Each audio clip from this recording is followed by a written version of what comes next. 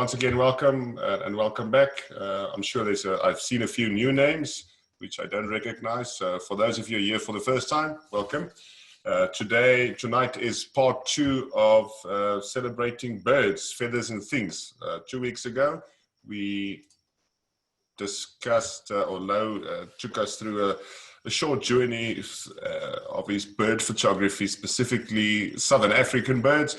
And tonight we will be talking East African birds because there's just too much to share. Now, before I'm gonna give the microphone to Lo, I'm going to post a link in the next minute in the chat for those of you guys who would like to sign up. We have been busy the last few weeks, and we did a short 30-minute tutorial on bird photography that is available free of charge. There is also a short course, which is an extension of that, but I'm going to post the link now. For those of you guys, I'm sure all of you have signed up on the CNP courses site. Yes, you will be able to access it from there as well, but I'm going to drop the link and you will receive an email as well with a link to the opt-in page. Just your name and email address, and once you've entered that, you will go to the next page, which has got the video for the free tutorial. You can watch it after the webinar if you would like. Alternatively, you will also receive an email as soon as you've entered your details with a link to that free tutorial if you would like to view it at a later stage. So I'm going to do that now because I know some of you guys, when we run out of time at 9 o'clock our side, then you forget to check the links or click on it, whatever. So I'm going to post it in now. And if you want to take 30 seconds, and I think I'm going to give you guys 1 minute for those of you who want to quickly click on the link, just view the page. If you're interested in bird photography and you want to up your game, then that's the right place to start. So it's free, it's 30 minutes, just an email address, and I'm just going to drop in the chat. Let me just try that. There we go. So if you click on that link on the right-hand side, you can scroll through the page and just check the details and see if you're interested, and then just an email and a name, and then you're good to go. So I'm going to give you 60 seconds. For those of you who quickly want to do that, there's still 1 or 2 people joining the room. All right, here we go. So I think the big intention of last week was basically or 2 weeks already, is to bring you guys, introduce you to what birds do we photograph on the African species. What African species do we photograph on our continent? Simply because I've got more and more US clients that are following our webinars, that are following our podcasts. We've hit 1,000 downloads on Podbean this week. And I've been exposed to the US bird species as well. And that's why I thought, okay, so let me start by introducing everybody to what Africa's got to offer. Because Africa's got an incredible variety of birds, but obviously this webinar is about photography, and it's about our approach to photography and where do we photograph these species. So I started last week in Galagari. I went to Etosha, where I had a major change of heart in terms of my approach to bird photography. And then I went into Chobe, which I consider to be the mecca of bird photography in the world. Not by sheer numbers, but by the variety of species available and the opportunity to take world-class images from those species, operating from the CNP safari boats. I'm taking you into East Africa tonight, and I actually thought this is also just going to be one episode. Now it's not going to be this. We're going to be in Tanzania tonight, and my first stop would be a place that is very close to my heart, Grumeti, in the western corridor of the Serengeti. Those of you have seen, some of you sign up that has been with me there numerous times. The camp is apparently flooded. and is no more and is in a rebuild process. I'm very sad about that because I can't wait to go back there. Grumeti is home to the largest population, to my mind, of the largest pride of African lion. When we left them there last year, we counted somewhere in the 70, and on one occasion there were 58 of them together. An incredible sight. They can't stay together very long because simply they will starve. They can't feed themselves with that number every day. They will need an elephant or a few buffaloes every day, otherwise they're not going to make it. So we are in Grumeti in the Western Corridor, and my idea here is to basically just show you what is available as a bird photographer when you go up there. Now, some of these species, there are some of you, like my friend Mike, and other guys that are much more serious in terms of their bird photography and their birding. I'm not a serious birder in the sense that I chase species and that I want to tick box a species. I photograph them as I come along. So I'm in Grumeti normally to photograph those lions. That's where I go there in the first reason, and the migration cross through there. And it's probably, Mike has actually said it's the best lodge on the continent. It's just an incredible place to be.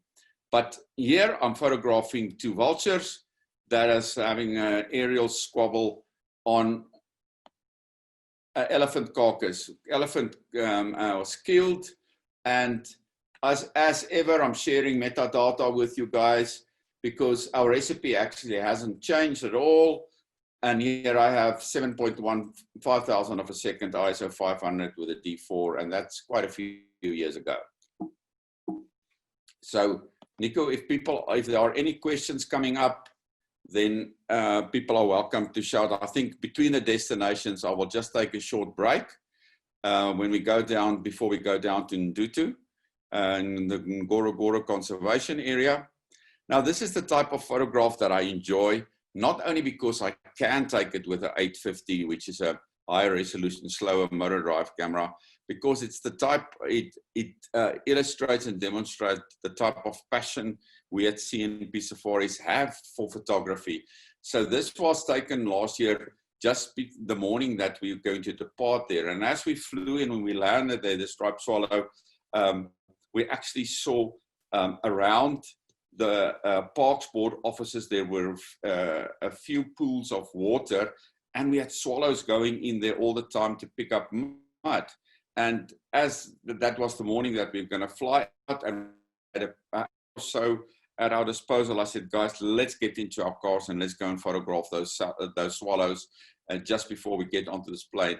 And I really enjoyed them coming in, collecting their mud, flying out, and I think this is where we should be. This is basically a 600 with a 1.4 converter. We've got to be able to nail these kind of small species in flight, coming, going, doing their thing at 8,000 of a second. That's the minimum requirement we have.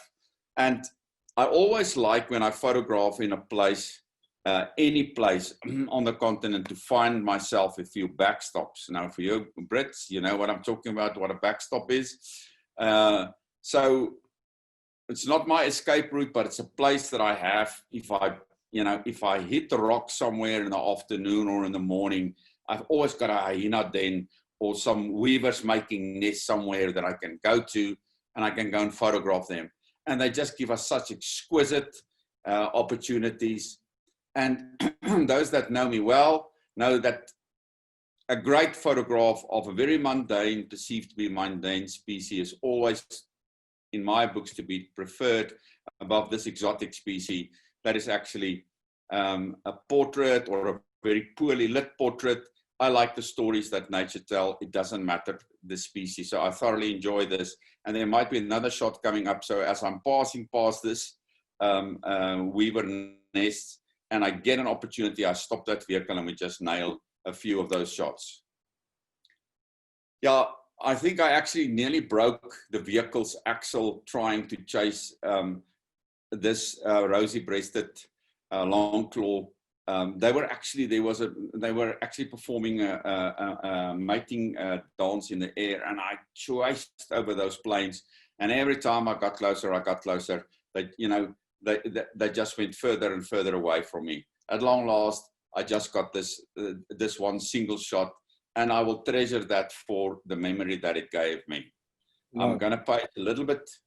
There's one question that came up about how do you manage ISO 1000 without getting tons of noise in the images? ISO 1000 is the base ISO on all my cameras now are 800. That includes my D500.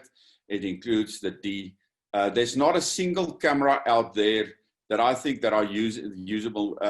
And I'm touching that on the free video that's going to be available, and the short course after that as well. ISO is really a base standard. And last week, I actually showed what happened to me. Let me just quickly repeat. I was photographing in Etosha. By accident, this was 2008. By accident, I photographed with a D700 black nose Impala at 800 ISO at minus EV value, and I had this exquisite, beautiful image that I could never match in film. Now remember, in 2007, 2008, we were still debating. There was still a debate going on. Should we not rather use film? Isn't film actually a better image than what the digital sensor had to offer at that point in time? And at that moment, when I saw that image of this Impala portrait taken with a 600 with a 1.7 converter, that was 1,000 millimeter at 6.7. I think it was 3,200 per second, if I remember correctly. I knew, all right, this is it. If I can get this clean image at this ISO, and I changed my base ISO immediately there, and there's hardly any camera out there that you should not be able to fly easily at 800 ISO, at 640 ISO, at 1,000 ISO. I had an interesting work session this afternoon with one of my D5 clients, and last week as well. We're upping their base ISO to 1,600 because we've got the test proofs to see that that camera actually is more comfortable there with EV minus values than it is at lower ISOs. So there, the proof is in the pudding. There the images are, they're clean. There's nothing spectacular that I do. I process them afterwards. And this one is not far underexposed, it's -1, but I think the previous one was -1.7. And this one is -1.3. Same story, same recipe. This one is F11 taken with an A10. You will see these are all mostly different cameras. Now, I actually were looking for some images earlier today, and I just ran out of time with a week that's just too short. Was just too short to show you some more images, but you will find it on my Facebook post, and I can share it. I can definitely share it next week because this occurs in Masai Mara as well. To me, as a South African photographer, or Southern African based photographer, I find the role that black-headed herons play in the environment, in the ecosystem, different than in Southern Africa. They are incredibly good hunters. And this fellow, I actually photographed close to the camp, and we spent quite a lot of time with him. And I think within 20 minutes, he actually caught 5 different things, including a rat. And he was just operating a bush, and then so you know what I'm saying here is that a lot of wildlife photographers that I know are not that keen on bird photography. There are some of them that I had to bludgeon in bird photography, and I had to bludgeon them into landscape photography. And now they are passionate bird photographers.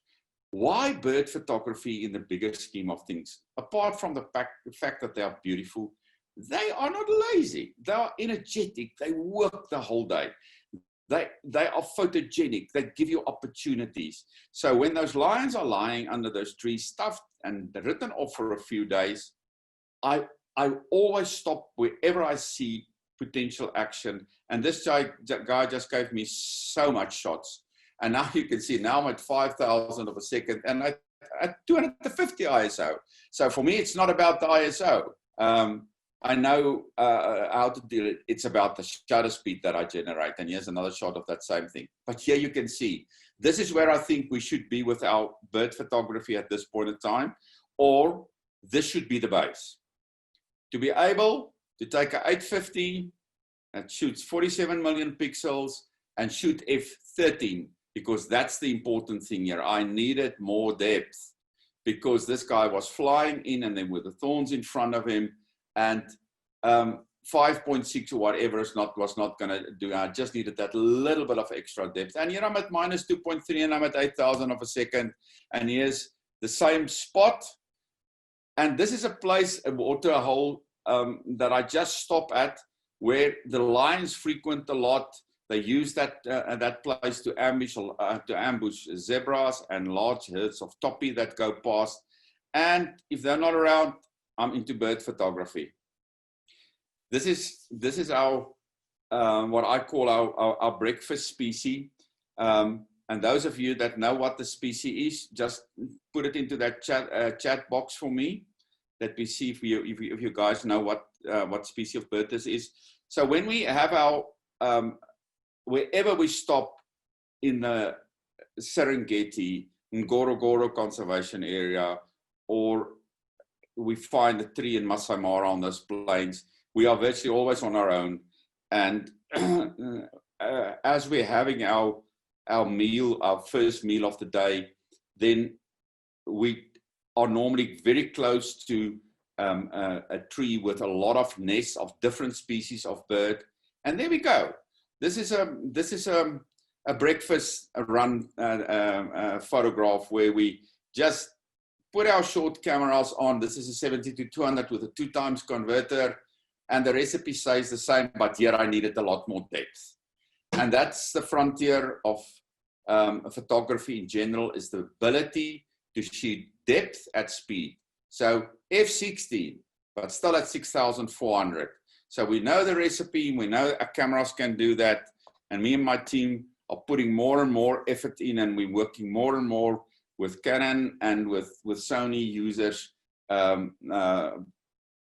Niku and Henry being heads of Nikon Professional Services. I was the director of the Nikon Academy. We know Nikon brand inside out, but we made it our business to understand the focusing modes of Sony and Canon cameras in depth, and any other brand that comes our way, that we can really truly assist people to actually nail shots that's out there available for everyone. Look at this little guy operating there through those thorns. Amazing. He catches his insect in there. That insect in their mouth just actually looks like the sprouts of that thorn tree that's just coming out. They are such incredible species. It's just amazing to be able to photograph them and have the joy of seeing them living their lives. So occasionally when we're out there photographing, you know, sometimes things just happens.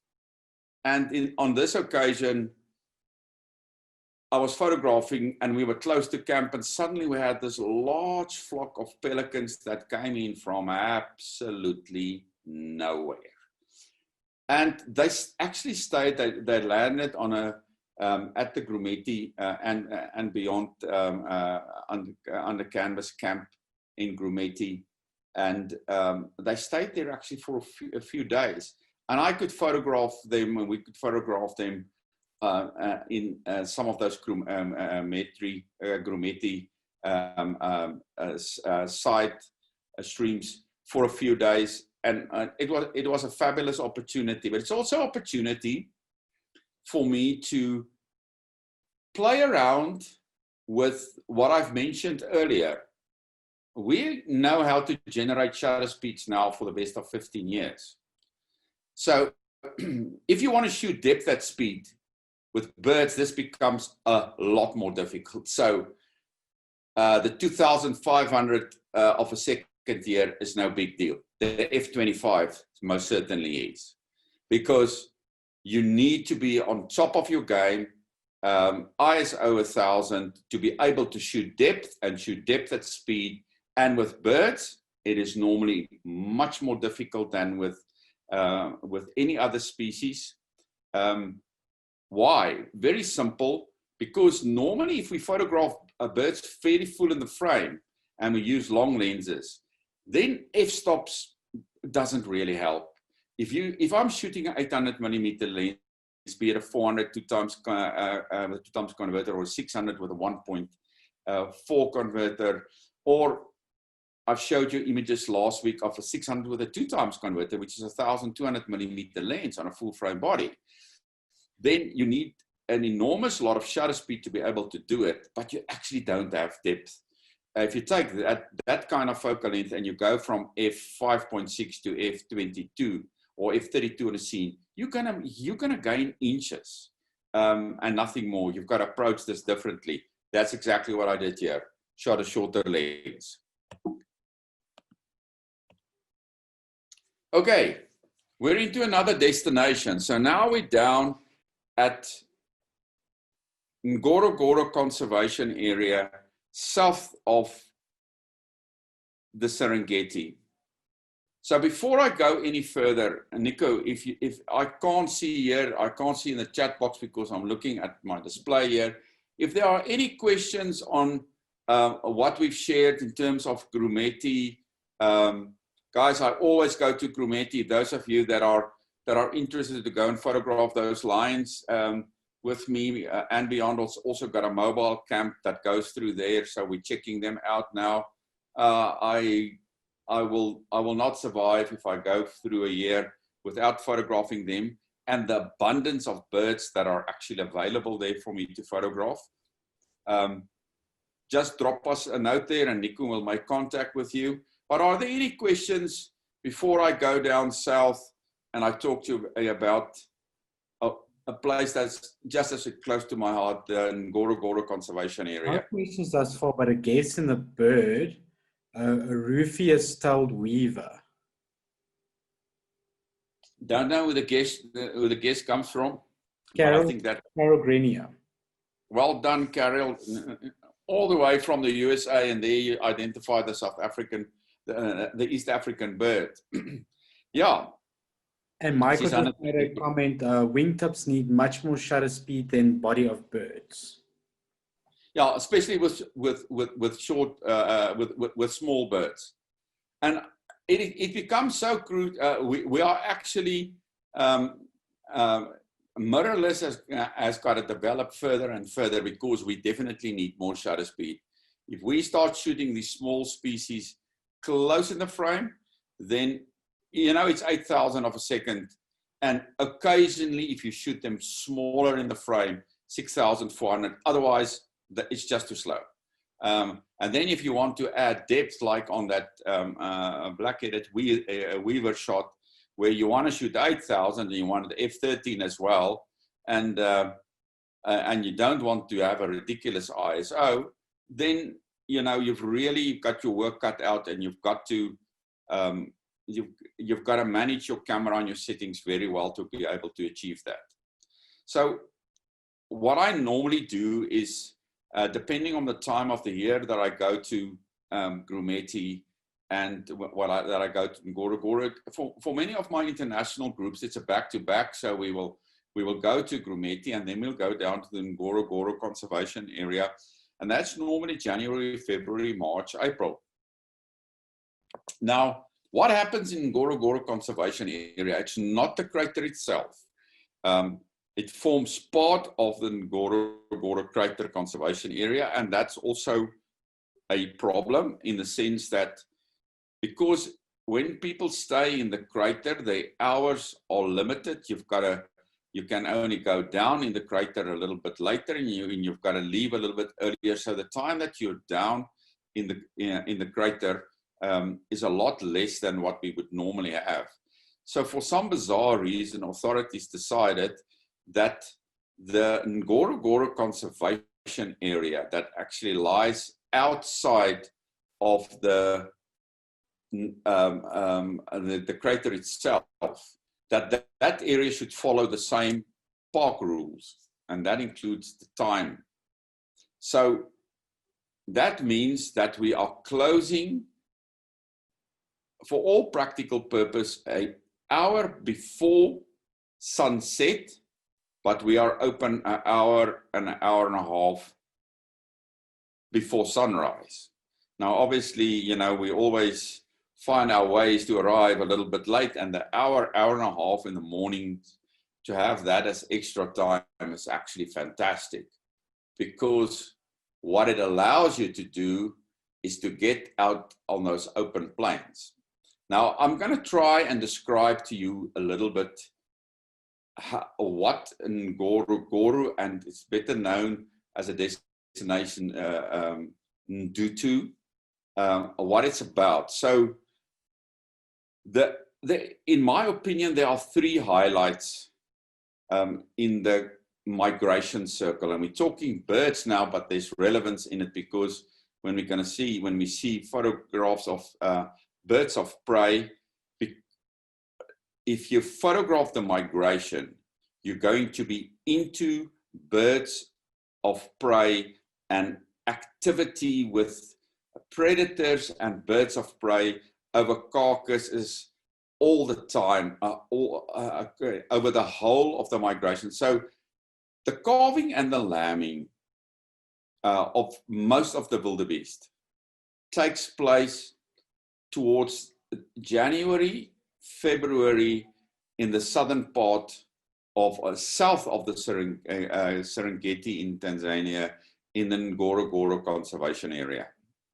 Now, those of you that had the privilege to experience and photograph that, if it's really happening that day, up till 12,000 calves are born per day. So it is utter chaos. There are so many predators. Even jackals will succeed in running down newborn wildebeest calves. The hyenas will take it from them. I mean, there is just carnage at that point in time. And then when that migration disappears, then those marsh lions there in Ndutu, they will basically starve, because they will struggle, because they just can't pick up the bags and just follow the migration. Some of the cheetah coalitions can, but the male, the pride lions can't do that. And some of the cheetah males will follow, but the blind prides can't do it. So obviously, that's the reason why we're going down there. And the incredible thing about the Ngorongoro Conservation Area is that you can drive wherever you want. Okay, that may be an overstatement, but we are not limited to on-road driving. So we drive off-road, and it is considered by many to be the Mecca for cheetah photography, because of the Thompson gazelles and the Grant gazelles also giving birth at that point in time. But around the marsh area that's close to the camp, you've got a lake Talek, and you've got a lake Ndutu, and those two lakes provide an incredible variety of birds. Now, what we have done over the last few years, and I presume a lot of you, this is probably the longest that you guys have ever had to look at a turtle dove, but okay, so enjoy it. What has happened is, because the higher concentration of the migration, or migration that's going down south, the calving and the lambing takes place in January and February. The lodges can tend to be very expensive. It can go up to $1,400 per person per day. That's just your accommodation. That's not getting there. And we operate our specialist photography vehicles from there. So what we've tended to do, by the beginning of March, the prices just drop, because then everybody decides, okay, now this calving and lambing is done, and the migration is not going to happen. And as things happened, both in Grumeti, where the migration goes up, and for the first time over the last 3 years, it has come down that way as well. And the last 2 years in the Ngorongoro Conservation Area, the calving and the lambing season arrived late. So those guys that paid all that exuberant fees to be there, they actually missed a lot of the action. And here, me and my friends from the US, I saw Carol Grenier sign up here. We had the place to ourselves. So this was part one day we got to this little water hole. And this is something that I want to specifically share with you, because within 1/2 an hour, I identified or I photographed 28 birds that I've never seen in my life before. And I then just realized, you know what? I don't give Ngorongoro Conservation Area and what's happening around Lake Talek and Lake Ndutu enough credit from a photographic perspective. And I've been saying to myself over the last 5 years, I want to put together a group of serious bird photographers and say, guys, let's go when all those crowds and all that migration is gone, because the cheetahs are going to stay behind in any case. They can't go, and they will live, and they have to live from the land, and the marsh pride is going to be there, but there will be an incredible lot of bird photography as well, and it will be much more affordable to go through over there. Any one of you that would like me to join me on such a trip, Nico will communicate with you, and we'll make a plan that we can go there. But the lakes and what's happening around it provides an incredible lot of opportunities. And I'm just going to go through this, and I'm just going to show you. So, yeah, I mean, I'm parked at the exact same water hole that I've just photographed, those turtle doves, and these parakeets is one of the 28 species that just came in, and I photographed them coming into land, and we've parked the vehicle, we've turned the vehicle sideways, but now in depth, we are so close to them. We are in depth of field problems here. So here I'm shooting F16, something that one would not think is imaginable if you want to shoot birds with a 600mm lens, because I just needed a little bit more depth of field. Why? Yeah, here's a very good example. 4 different species in this photograph, and you guys can identify them for us if you want to, and we can come back later on and check it. But this is not easy. It's once again, the challenge is to shoot depth, which I have. From the front of the water, I'm close to these guys. This is virtually the full frame, and to shoot speed. That's the name of the game. The CNP mantra that I've introduced 3-4 years ago is think like a landscape photographer, shoot like a sports photographer. And this is part of it. Think depth, shoot depth, but you've got to be able to do it at speed, and not only, when you're photographing stationary subjects. Very relevant with things like crossings and things like that. But it doesn't become more difficult than when you're trying to shoot depth with different birds, because you need the smaller f-stop, but you need the shutter speed as well. And you can just see what's coming my way. Parked at the same place, this incredible influx, and now I'm at a longer lens, but I'm still shooting f11, and I'm at 8,000, and now I'm pushing the cameras. It's the same place, huh? Now I'm pushing the cameras EV minus to 1.7. I need some shutter speed, and I've upped the ISO a little bit. I need more shutter speed, because these guys, I want them all sharp. If I can't shoot them all sharp, if 2 of these guys were not sharp, it wouldn't be the same photograph. Why? Because I can, and because you can. Film photographers couldn't do this. We can. So we need to be able to understand our cameras, understand our setup. How do I set up my camera? How do I squeeze the shutter speed out? And how to understand depth, hyperfocal distances. How do I use that to allow me to take these kind of photographs?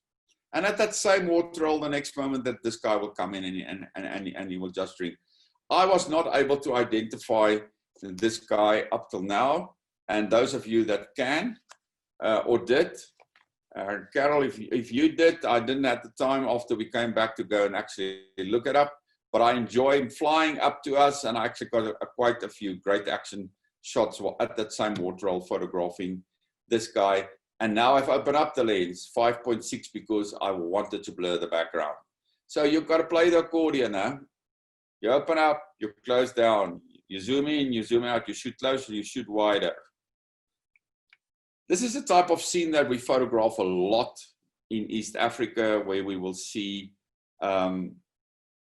these birds displaying a lot on the plains, both in Ngorongoro, Grumeti, Masai Mara, but it's always lovely to see them, and it's always lovely to be able to photograph this. Because there's such a carnage on those plains, actually wherever the migration goes, I have actually not seen the number of predator bird species, and I don't even know if it is available, randomly available, and how accurate it would be. But whenever there are kills, you've got this congregation of birds and the concentration of birds of prey.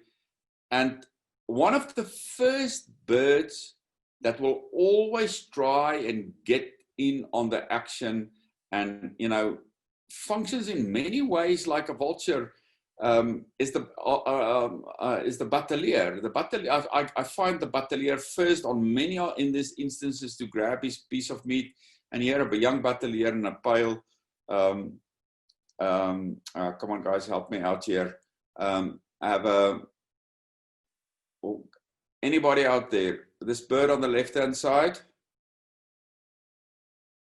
Oh my goodness. Okay, I'll come back to this one. But here they're having a go, and I had to select this morning. I had the opportunity to select between 20, 25, 30 photographs 20. that had yeah, the pearl tawny eagle. Thank you so much. The action is incredible, but here's the reality. This was actually an overcast day. Cameras can deal with this easily, but we can park the vehicle for action. We can place the vehicle where we need to place it to be able to nail shots like this, because we are actually allowed to drive off-road. Another shot of vultures just coming in by the thousands. The black-shouldered kite, we actually photographed them mating. It's just incredible to photograph these kind of species and nail them while we were actually following some cheetahs, and we just stumbled on these birds. They mated some distance away from us, and they just came flying past us, and we could just park the vehicle, turn the vehicle sideways, and we could just nail the shot. Now that's what's incredibly cool about being passionate about bird photography as well. It fills the gaps. If you're only out there for the bigger game, you're going to lose a lot of stories, but you're going to take out of your photography the one thing that's going to keep you sharp, and that is birds, and photographing birds and photographing bird action, and particularly photographing smaller species and being able to nail them in open air like this when they are just flying at you or flying close by past you. So I see a lot of sugar bird photographs coming out of Africa and even in the Americas at this point in time. And you need incredible shutter speed for that. But there's one thing, as I went through some Facebook posts today, that just, you know, made me stop and think about this a little bit. Those shots are actually fairly easy. You know, they've got the sugar bird coming into a flower. You don't even have to focus. You can just manual focus. You don't even have to autofocus, because, you know, it is actually fairly easy photographs to take. When you've got small birds that are really opening up the taps and are really going past you, that's a lot more difficult to photograph. And hence you will see this in the link in the free video that I've put together for you, that I focus on the African jacanas, which is my favorite species on earth, and I will tell you, you'll know why. I think I will share that with you. I consider that type of photography, in terms of bird photography, the most difficult of any photography. Why? Simply because when you've got to photograph small species, like small birds with a super telephoto lens, in this case, an 800mm, and you've got to do it up close, because you don't do it up close, you don't have any pixels. And I'm telling people all the time, you've got to respect pixels. Don't think because you've got an 850 D850 here with 47 million pixels, you can't respect pixels. Because that, if you take that screen, you say, right, this is 850, sometimes you're left with 2 million, you're left with 3 million. And that's one of the reasons why my go-to cameras are high resolution cameras, that you can still nail these shots and still have something to take home for it. But small species, up close, close in the frame, close, they come inside into the angle of view of the camera very quickly, and they're very quickly out.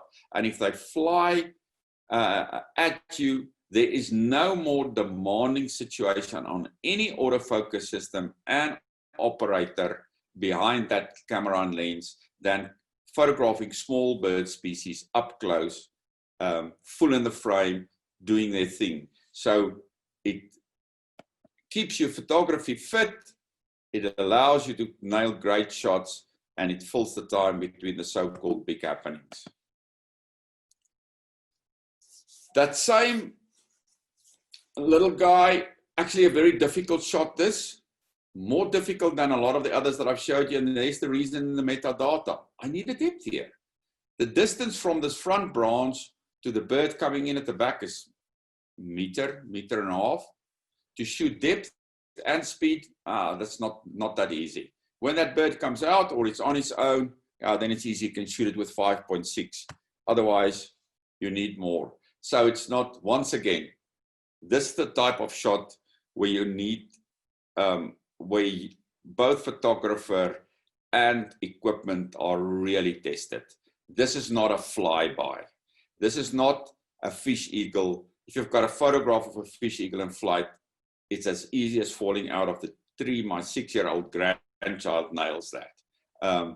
It's the ability to photograph the smaller birds and to photograph them when they are larger in the frame, and when they are coming at you like this, then that camera needs to be set up for success, and you've got to have everything in place to be able to nail this. I'm not sharing a lot of the aquatic birds that I find around Lake Masek and Lake Ndutu, but this is, I just enjoyed the shot, and I thought, let me just share this with you, because you've just plucked this, not out of the air, but out of the water, because you've got the flamingos there, you've got all these smaller bird species going around there, and they are just beauty around you. And there are such a lot of things to photograph in Ngorongoro conservation area. The European storks. What is all there a question, Nico? A question came of what lens did you use on the previous image? 600mm with a 1.7 converter, that gave me 1000mm. And don't you agree, guys? Pin sharp. So that's one of the myths that I bust as I go along, and in the short course and in this free video as well. Converters are sharp, but they are shutter speed hungry. You're not taking these shots at 1,500 and 2,000 and 2,500 a second, and you think you're going to nail this thing sharp. No, they they need shutter speed. So the European storks, as they're coming down out of Europe, trying to get away from all the crises, they get nailed. They get nailed by martial eagles in this instance, and by tawny eagles. I photographed, I think, 8 tawnies just outside Ndutu camp fighting over a nearly killed European stork. So incredible opportunity to go in there, park that vehicle, park it for light, get a clean background. And this guy was just protecting this thing. Whenever he saw anything moved, he just turned towards us and he just spread his wings over his kill, and he was not going to share this with nobody. And then obviously the lake provides you with all kind of different species, like this crowned crane. And once again, these are one of my pit stops. This is one of my back stops. When we come out back the morning and, you know, we didn't find the cheetahs, or we didn't find this, or we didn't find that. No, I just pop over to the marsh quickly, and we'll have half an hour. This is already 9:30 in the morning. We're on making our way back to base camp. We've been out there from very early, and then just stop and nail a few of these beautiful birds. Now, this is the type of shots that I think should be on the menu every day, because we can. We have the shutter speed, we know how to generate it, and there we, once again, 800 ISO, 8,000 of a second, -2, f8, lovely metadata, pin sharp. You can see the droplet in the finest of detail. So now, to nail these kind of shots, before we can start shooting, talking about depth and shooting depth at speed, and the guys that know me and the guys that are on the mentorship program know that is a lot more difficult, specifically also with mammals. And when we photograph cheetahs here in Southern Africa and we walk with them, we get the opportunity to really push the boundaries and learn how to shoot depth and how to shoot depth at speed. But it starts here. It starts at the ability to say, I can generate 8,000 of a second, and I can nail this kind of action and have a clean image before I can then go over to mammals. And that's the beauty of bird photography. If you can nail this, man, there's no elephant that's going to come running at you that you can't nail. There's no cheetah that's going to come running at you that you can't nail, because they are just not as quick as these birds, as any of the bird species. So I thought I'm just going to tribute this. This is Carol and Carol Ann and Carol and Regula and Patrick, another lady there on the left-hand side. And these were the guys that went with me on this trip. Regula sits there in Switzerland, and Regula is in her 80s. And the best shot that I've ever seen coming out of the Pantanal, Regula took. And it just shows you, if you're passionate and you're operating, you know, and your focus, you can have great photography no matter what your age. I'm going to finish my presentation tonight by just sharing something with you, and that is the interaction that you get, and I mentioned it earlier, with birds of prey and predators and other bird species that's not normally perceived as birds of prey, crows and things like that. So here, this jackal, lions killed a wildebeest. The tawny was having a feast there, and this jackal just sneaked in and he grabbed a good chunk of meat and he ran with it. So I have a blog post that's coming up somewhere in future of actually this guy running over this plains, and this tawny is hot on his heels. And because the tawny just decided that's just too good a piece of meat to let go. So this interaction, the story between where predators and mammalian and bird predators meet and they squabble over food, gives you such incredible photographic opportunities, and honestly, at a level where we don't have them in Southern Africa. It's not a case that they don't happen in Southern Africa. I'm sure that they happen all the time, but you can't go and drive off-road and park that vehicle for this kind of action. It might be, you know, you're seeing it there. I've seen these kind of scenes in Kalahari where there's squabbling over eland kills and whatever. You know, we are 10 cars there. We don't have the right angle. We're shooting against the light. That's the amazing thing about shooting in East Africa. And just a thought here.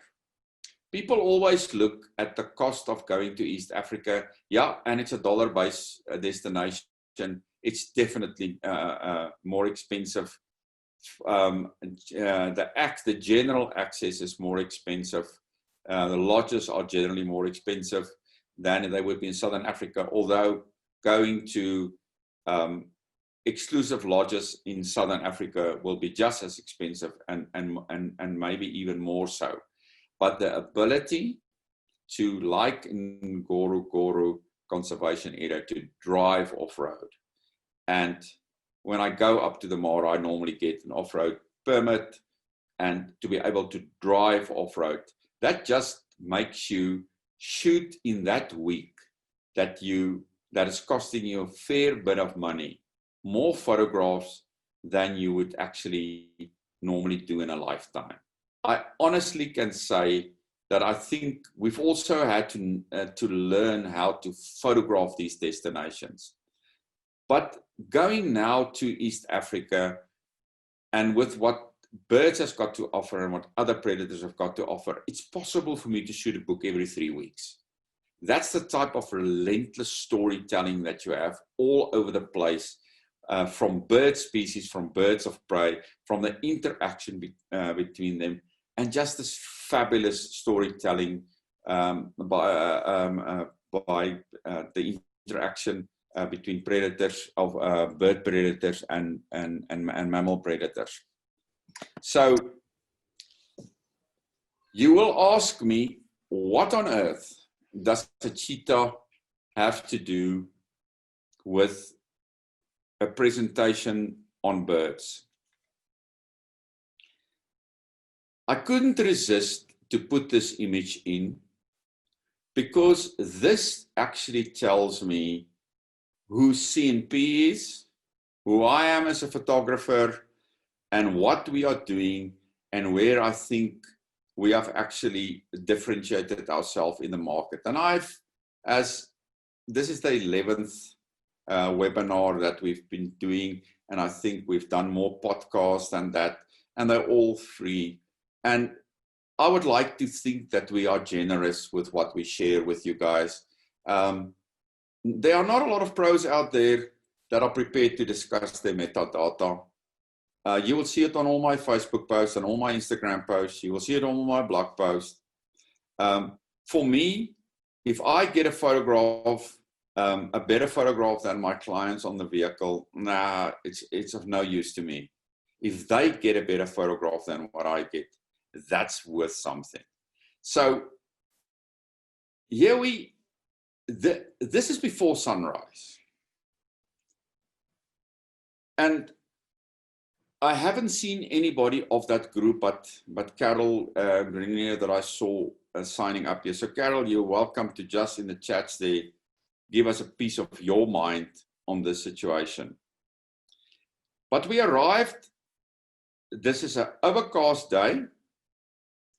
It is before sunrise in any case, so this is bloody dark, nothing less than that. So in this group, I had 2 people that shot aperture priority, and I had 2 people that shot manual auto ISO. And I'm going to deal with that in depth with photography courses that's coming up. For most part, mostly in the beginning of the trip, the manual, the aperture priority photographers outshot the manual auto ISO virtually on every scene. And I'll go into depth later on that. That's not what I did, that's what my clients do. And because I look through everybody's photographs and every CNP guide is under strict instructions to have a look at everybody's photographs every day, that we can support them and help them. So we arrived on the scene, and I had a very good knowledge. This was towards the end of this the trip, and I had a very good idea of what I can expect the 4 photographers that were with me were going to do there. So overcast, dark. So the first thing I said to them, guys, take off the converters, and we're all shooting 600 lenses, and open up those lenses. We're shooting 600 f4. And then I said to them, please, nothing less than 3,200 of a second. And I will not be lying if I say to you there was a few moans, groans, or questions. Let me rather put it in a more positive context. It wasn't a negative thing, but do we really need 3,200? Here's a cheetah lying here, a cheetah with a sad story, because 8 weeks prior to this, she had 6 cubs. At this point, she had none. 5 were killed by the marsh lions, and the 6th was killed by a leopard. So that morning, when she had to come into the marsh lion territory to come and drink, I was feeling nervous for her, because I thought, come on, don't kill this cheetah, please. Don't kill this cheetah, because life out there is brutal.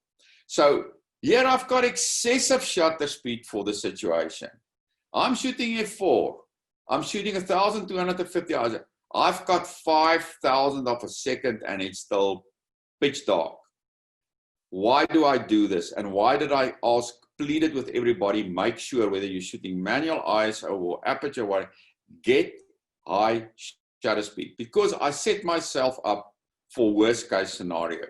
So the one moment this cheetah, she lied there and she was surveying the landscape to the left, and 18 seconds later, she was completely on the side on top of this marabou. So that's how I want to be set up. I want to be set up for success all the time. And if I was sitting there at 1,000 of a second, none of this would have happened. What shutter speed did we require for the cheetah lying there? 500 of a second, 1,000, more than enough. Would I have nailed this action? No, I would have not have nailed it. So there is a sequence of this on my Facebook post, and I will do a blog post later on this. But this is why we're out there. And this is probably the most unusual bird photograph that I've ever taken. And I don't think I will take another one. And I'm not so sure that anybody will ever photograph or see this again, because this is such an extraordinary, unique thing. And interesting, she missed, because the moment she got to the marabou, she braked. And that just allowed that heavy marabou the opportunity just took off.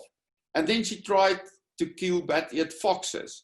And we positioned ourselves. And when she was sneaking closer, the bat-eared foxes just dropped into their den. That's where and that's why I want to invite you to join us and go with us to the Ngorongoro Conservation Area, because of this kind of scenes. And if I can use the opportunity to say, all right, this shot that I got here, and that every single one of my clients that was sitting in that vehicle, and CNP clients nailed, of which I'm very proud, that they all got it, working with 600 f4 lenses. It would not have been possible for 2 things. I think, yeah, if the recipe that I've been pushing hard and that I've been trying to convey to all of you over the last months and months, if it wasn't for that, there was just not a shot at all. But there was another thing as well, and that's my guide. And Wasiri, I introduced Wasiri to you a while ago. So when that cheetah was lying in front of us, we parked the vehicle sideways. We were all having 180-degree focusing right at the cheetah. But when she got up and she started running, it was 18 seconds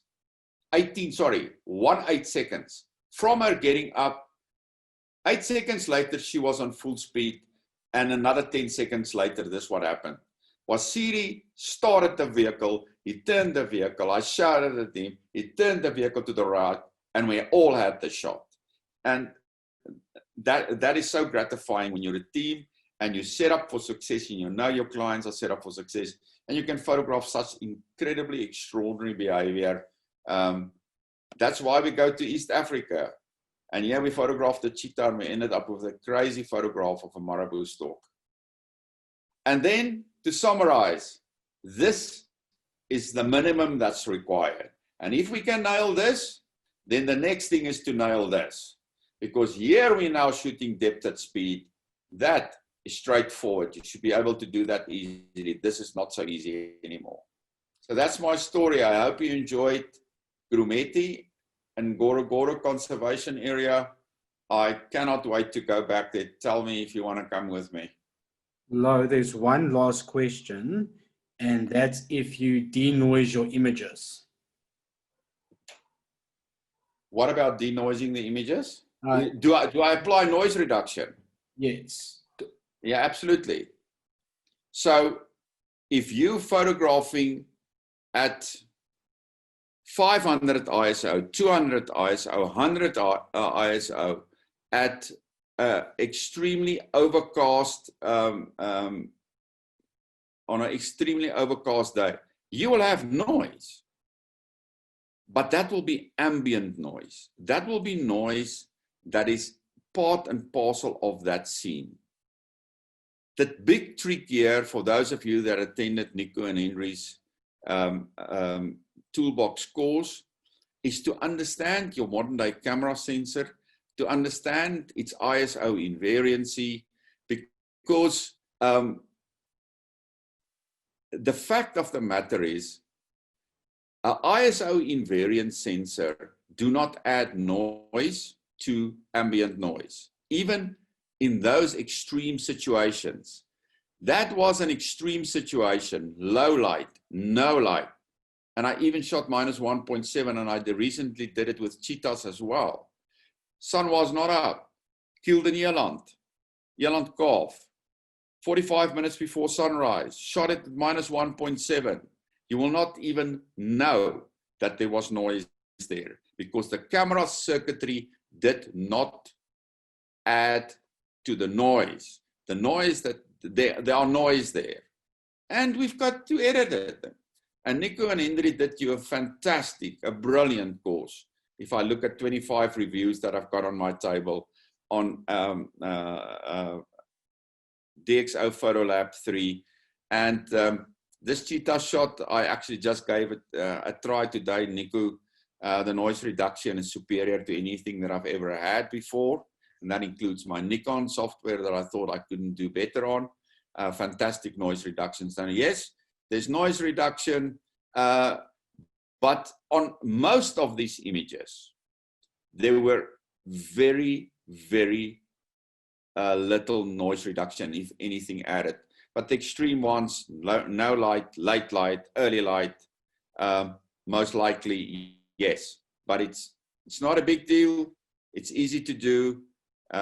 There are some good noise reduction software out there, and we can introduce you to that. Just watch the space. Any other questions, people? I hope you enjoyed East Africa with me.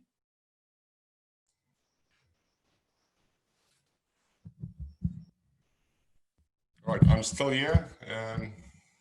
No, there's no more questions. Thanks, Dad.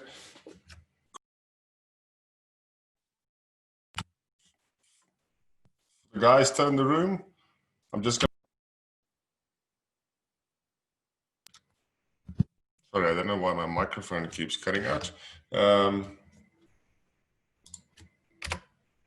Just a link again for those of you who want to sign up for the free tutorial on bird photography specifically. Please click on that link, and yeah, you will also receive an email. I think tomorrow morning it will go out to you. And we just ask you for your name and email address. Even if you're signed up on the CNP courses site, it's just so we can keep you up to date on the future bird photography courses, if you've indicated that you're interested in that. So once again, thank you guys for joining us and gifting us your time. And hope to see you in 2 weeks' time, and hopefully we can start traveling soon, and then we'll see you there. So enjoy the rest of your evening, enjoy your weekends, and stay safe, stay healthy, and yeah, see you in 2 weeks. Thank you, guys. Cheers.